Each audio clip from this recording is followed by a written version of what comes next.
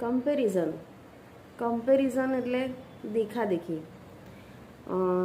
ઘણીવાર આપણે કોઈનું સારું વસ્તુ દેખતા હોય ને ત્યારે આપણને એવું થાય કે ભાઈ આપણી પાસે કેમ આ વસ્તુ નથી, અને ઘણીવાર આપણે આપણાથી નીચા લોકોને દેખીને ત્યારે એવું થાય કે ભગવાન આપણને ઘણી બધી વસ્તુ સારી આપી છે, એટલે આપણે પોઝિટિવ વિચારીએ છીએ, અને જે પેલું વિચારીએ છીએ એને નેગેટિવ છે.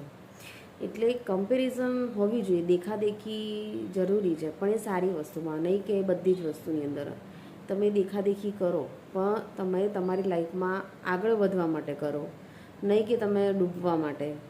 હવે કોઈ વ્યક્તિ એમ વિચારે છે કે આ તો મારા કરતાં બી સારો ડ્રેસ પહેરે છે, આ કેવી રીતે એની લાઈફસ્ટાઈલ કેટલી સારી છે, એ પહેરી શકે છે, એ લઈ શકે છે, તો પહેરે, કંઈ વાંધો નહીં, એની પાસે આટલી સારી સારી વસ્તુ છે. જ્યારે આપણો સમય આવે ને ત્યારે આપણે પહેરવાનું, પણ ત્યાં સુધી રાહ જોવી પડે. હવે તમારો સમય સારો ના હોય કે તમે એ વસ્તુ લઈ નથી શકતા અને પછી તમે એનું જોઈને ખાડો ખોદો તો ભરાય કોણ? તમે. એટલે હંમેશા તમારી જેટલી પહોંચ હોય એટલું જ તમારે લેવું જોઈએ, અને એ રીતની જ લાઈફસ્ટાઈલ જીવવી જોઈએ. અને જ્યાં સુધી તમારા હાથ પગમાં દમ છે ને ત્યાં સુધી મહેનત કરવી જોઈએ. કોઈના પર બી ભરોસો નહીં રાખવાનો. તમારા મા બાપ છે કે તમારા સાસુ સસરા છે કે તમારા કોઈ મોટા ભાઈ બહેન છે કે ભાઈ આવે ને મારું પૂરું કરે, કોઈ નહીં કરે. કરશે, એમની જે જિમ્મેદારી છે નિભાવશે, અમુક ટાઈમ સુધી તમારી સાથે રહેશે, તમારું જે એમનું જે ફરજ છે નિભાવશે, પણ કોઈ લાઈફ ટાઈમ તમારી આંગળી પકડીને તમને કોઈ નહીં ચલાવે. એટલે તમારે ઊભા થવું પડશે, અને ઊભા થઈને તમારે જાતે ચાલવું પડશે. અને એક સમય જતો રહો ને પછી તમે કશું નહીં કરી શકો.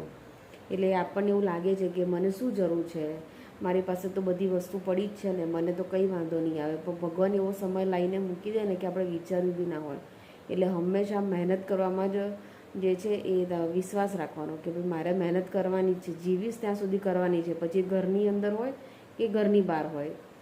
સ્ત્રીને હંમેશા જનરલી ઘરની અંદર જ મહેનત કરવી પડે અને પુરુષને બહાર કરવી પડે છે, બંનેને તકલીફ પડે છે. એટલે જ એકબીજાનો સપોર્ટ જરૂરી છે. જે ગાડી છે ને પટરી પર એમને નથી ચાલતી, બંનેનો એકબીજાનો સપોર્ટ હોય તો જ થઈ શકે છે. પુરુષ બહાર કરે છે ઘરની મહેનત, અને સ્ત્રી ઘરની અંદર કરે છે, બાળકોને સાચવે છે અને ઘરને સાચવે છે. ત્યારે જે પુરુષ છે એ બહાર સરખી રીતે મહેનત કરી શકે છે. એટલે લાઈફ જીવવા માટે કોઈનું ઉદાહરણ લો, પણ મોટિવેશન માટે લો, નહીં કે તમે ડિપ્રેશનમાં જતા રહો એના માટે. અને હંમેશા કોઈનું જોઈને સારું શીખવાનું.